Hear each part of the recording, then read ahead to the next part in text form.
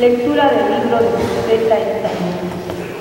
Esto dice el Señor: no recuerden lo pasado ni piensen en lo antiguo.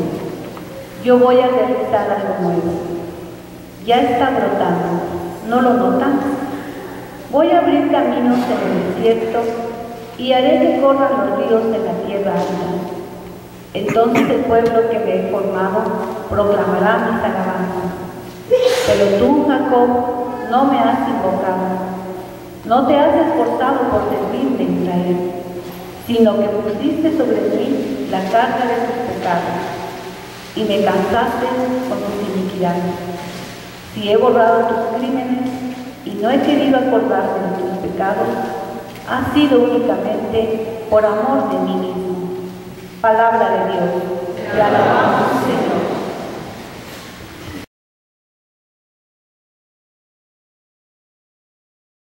Vamos a rezar. Sáname, Señor, pues he pecado contra ti.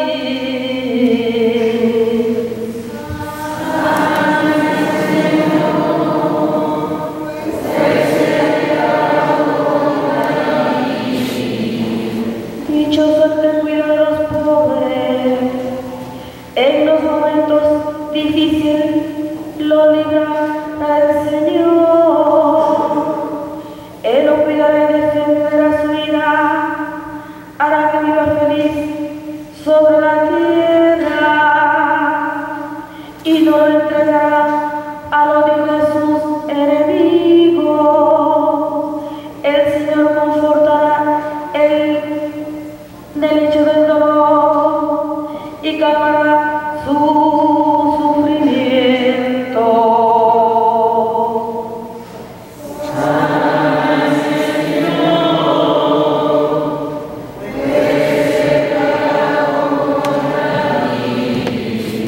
Apiádate de mí, Señor, te lo suplico.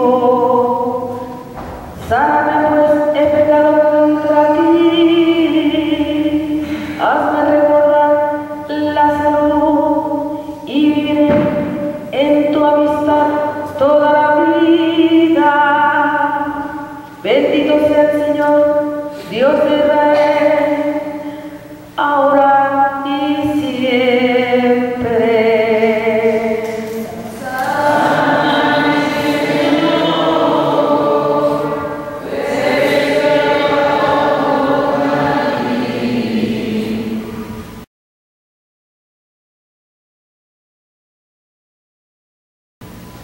Lectura de la segunda carta del apóstol San Pablo a los Corintios.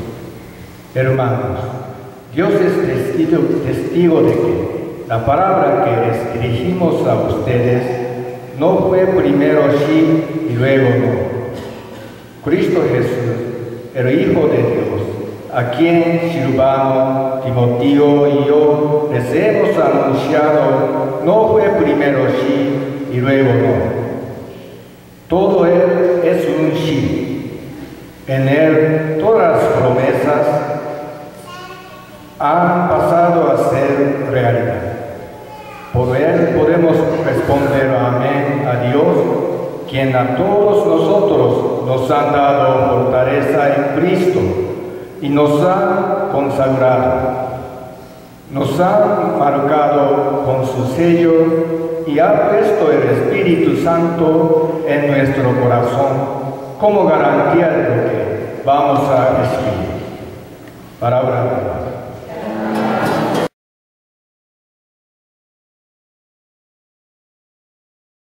De pie.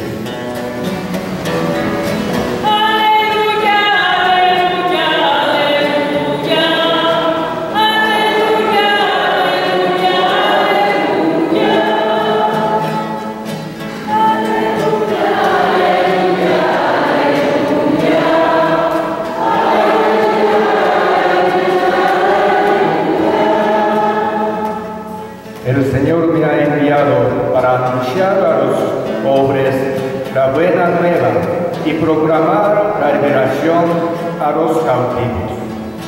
¡Aleluya! ¡Aleluya! ¡Aleluya!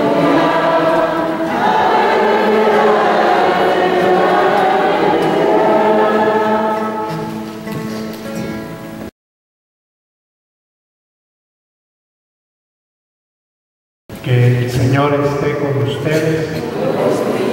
Proclamación del Santo Evangelio según San Marcos. Cuando Jesús volvió a Cafarnaúm, corrió la voz de que estaba en casa, y muy pronto se aglomeró tanta gente que ya no había sitio frente a la puerta.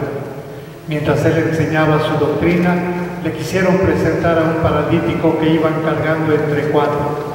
Pero como no podían acercarse a Jesús por la cantidad de gente, quitaron parte del techo encima de donde estaba Jesús y por el agujero bajaron al enfermo en una camilla. Viendo Jesús la fe de aquellos hombres, le dijo al paralítico: Hijo, tus pecados te quedan perdonados. Algunos escribas que estaban ahí sentados comenzaron a pensar: ¿por qué habla ese así? Eso es una blasfemia. ¿Quién puede perdonar los pecados sino solo Dios? Conociendo Jesús lo que estaban pensando, les dijo: ¿por qué piensan así? ¿Qué es más fácil, decirle al paralítico: tus pecados te son perdonados, o decirle: levántate, recoge tu camilla y vete a tu casa? Pues para que sepan que el Hijo del Hombre tiene poder en la tierra para perdonar los pecados, le dijo al paralítico: yo te lo mando, levántate, recoge tu camilla y vete a tu casa. El hombre se levantó inmediatamente, recogió su camilla y salió de allí a la vista de todos, que se quedaron atónitos y daban gloria a Dios diciendo: nunca habíamos visto cosa igual. Palabra del Señor. Gloria a ti, Señor.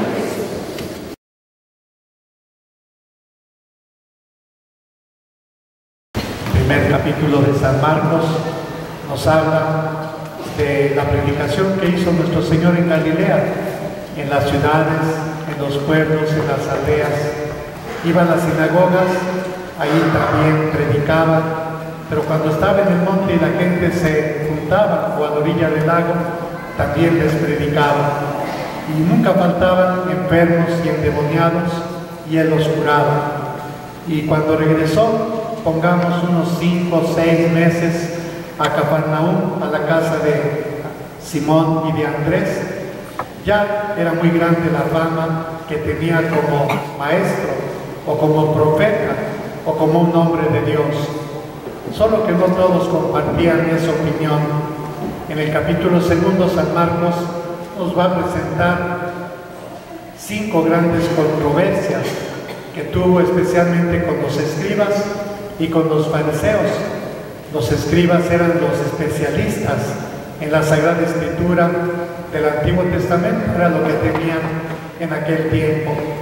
Eran como los maestros, ¿verdad?, que orientaban y que guiaban al pueblo. Y los fariseos eran los que daban ejemplo, trataban de llevar una vida apegada a la ley de Moisés. Y resulta que este joven maestro o este profeta no seguía sus criterios que ellos tenían, y lo empezaron a mirar con desconfianza. Pero en estas discusiones que vemos ahorita, la primera, el problema ya era mucho más serio. En cada partecita del Evangelio podemos preguntarnos: ¿quién es Jesús? Y por ejemplo ahorita también está esa pregunta: ¿quién es este que hasta perdona los pecados? Lo que se nos pregunta. Después se nos va a preguntar: ¿por qué este hombre no guarda el sábado y manda que trabajemos, o permite que se trabaje el día sábado? ¿Por qué este hombre no ayuda ni tampoco sus discípulos? Y esas preguntas para ellos era señal de que era un falso profeta. Para nosotros nos dicen que había algo más, era en Cristo nuestro Señor, algo más que un profeta, que un hombre bueno, que un hombre justo, que un hombre de Dios. En la lectura del Evangelio verá cómo nuestro Señor, lo primero, cuando llega, está llena la casa. Mucha gente que buscaba la palabra de Dios, incluso la calle, de tal manera que cuando llegan aquellos 4 hombres a buscar, llevaban un paralítico, no pudieron pasar.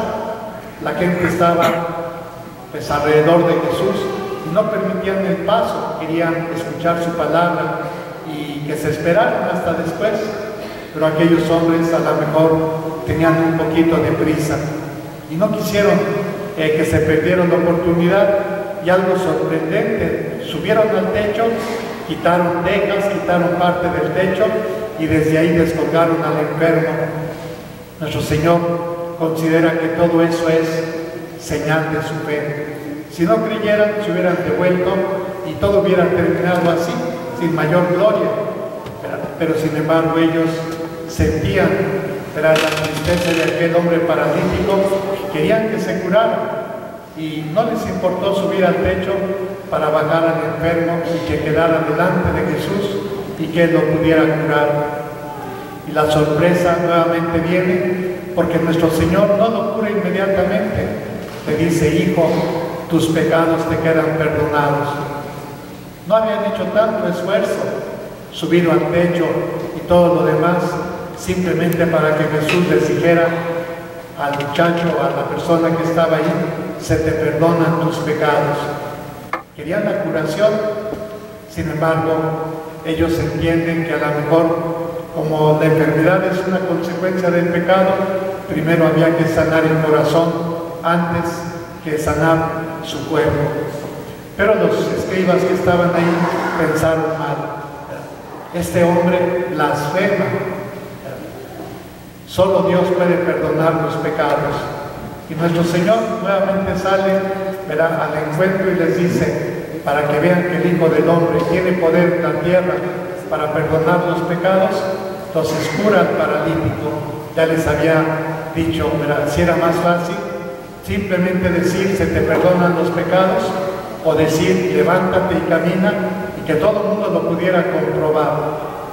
La gente daba gloria a Dios y decía: nunca hemos visto una cosa semejante. La primera lectura nos habla precisamente de eso. Dice: no recuerden lo pasado, voy a realizar algo nuevo, algo que nunca vieron ustedes. Aquí Cristo está cumpliendo esa profecía. Y al final de la primera lectura dice: no he querido acordarme de tus pecados. Por eso fíjense cómo nuestro Señor viene primeramente para perdonar nuestros pecados, pero también para buscar la salud de nuestro cuerpo. Somos cuerpo y alma, una sola unidad, y el Señor se preocupa por ambas realidades, por nuestra salud corporal y por nuestra salud espiritual. La segunda carta de San Pablo a los Corintios, empezamos hoy la lectura. No lo vamos a terminar porque se suspende por el tiempo de la Cuaresma. Y ahí, en esos primeros versículos, San Pablo tiene que defenderse porque los corintios habían mandado una carta reprochando a Pablo que no hubiera cumplido su palabra. Pablo les había dicho que pronto iría a verlos y no fue. Por algún motivo, ya ven que uno casi siempre propone, pero Dios dispone. Lo que queremos hacer, no falta alguna cosa que nos impide, aunque queramos, no lo podemos hacer. Pero los corintios lo tomaron como si Pablo no tuviera palabra, como si San Pablo, su sí, se pudiera cambiar fácilmente en un no. Y él sale a defenderse. Él dice: de veras, yo intenté ir, no me fue posible, pero voy a tratar de ir después, porque él tampoco no quería fallar a su palabra. Si les había dicho que iba a ir, en algún momentito iría a visitarlos. Y si bien su ejemplo no era muy adecuado, dice él, pero tienen el ejemplo de Cristo. Él siempre dijo sí a la voluntad de Dios, incluso en los momentos más difíciles, cuando él ya sabía que lo iban a matar y cuando estaba en la cruz, no quiso desobedecer la voluntad del Padre. Si eso era lo que el Señor quería para él, él está dispuesto a hacerlo. Un sí para toda la vida.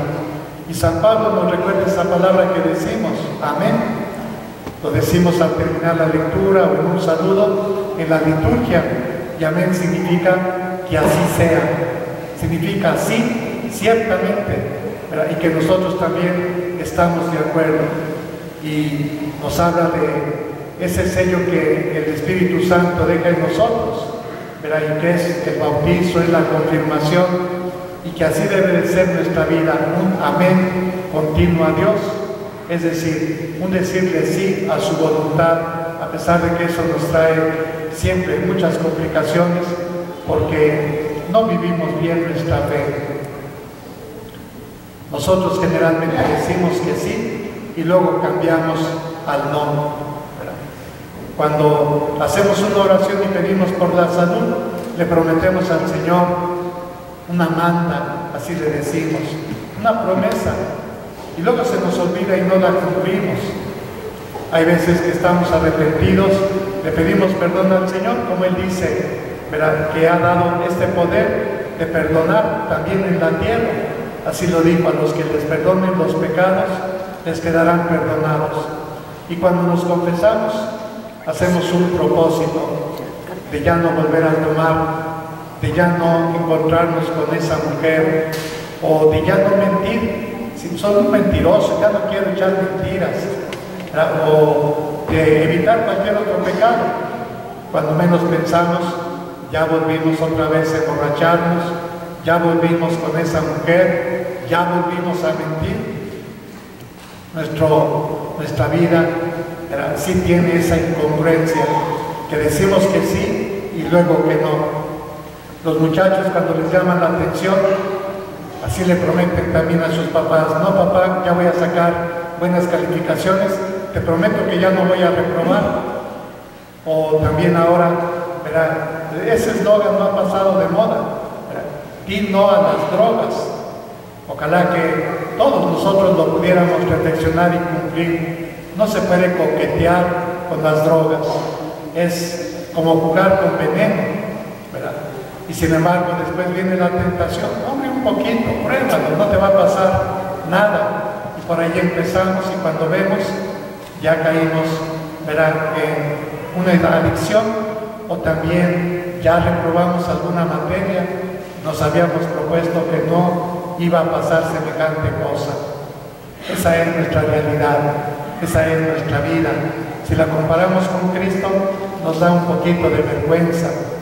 Los sacerdotes le prometimos al Señor fidelidad y muchas veces no lo cumplimos, ¿verdad? Y cuando vinimos a ver, podemos llevar una doble vida. Qué lástima, ¿verdad?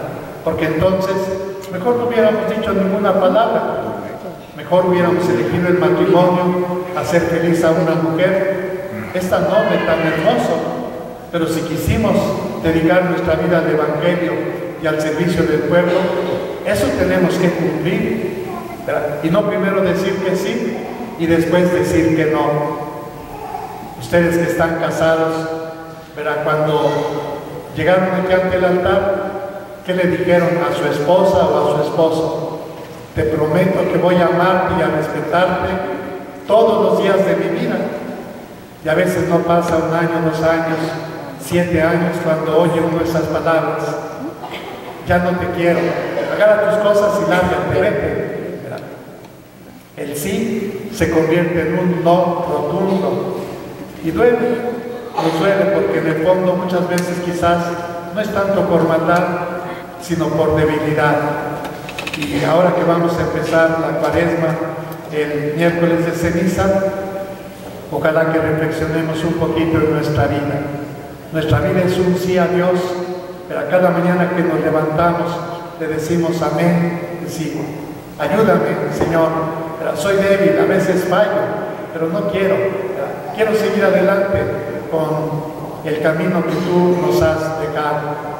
Recibir la ceniza no solamente es una señal de buena voluntad para que yo no me muera este año. Recibir la ceniza quiere decir que quiero, como Cristo ayunó 40 días, que yo también quiero ayunar 40 días. Ahora ya no se puede físicamente porque el trabajo es difícil, los muchachos tienen que estudiar y tienen que ir bien alimentados, pero sí tenemos que ayunar de pecado. Sí. Tratar de prometerle al Señor y cumplir, pero que en estos 40 días, toda la vida, no queremos seguir pecando, especialmente el pecado mortal, no lo queremos seguir cometiendo, que en eso queremos ir con la cruz de Cristo, y por eso vamos a recibir la ceniza para ese compromiso, para ese acercamiento a Dios que tanto necesitamos. Lo pensemos entonces. Es cierto que Pedro, fíjense, él también había dicho, aunque todos renegaran de ti, yo nunca voy a renegar. Nuestro Señor le tuvo que decir, Simón, Pedro, antes de que el gallo cante, antes de que amanezca, tú me habrás negado 3 veces. Así fue, y así es también en nuestra vida. Pero por eso tenemos el perdón de Dios. Fíjense en el Salmo, sáname Señor porque he pecado contra ti. Y dice la primera lectura, no he querido acordarme de tus pecados. Tengamos esa confianza, aun si fallamos, sabemos que hay un Padre bueno que nos comprende, que nos da la mano, a pesar de que no lo merecemos por tantas fallas que hemos cometido. Y también nos dice, así como un Padre cariñoso, hijo, tus pecados te quedan perdonados. Ojalá que no queramos volver a pecar mortalmente. Ave María Purísima.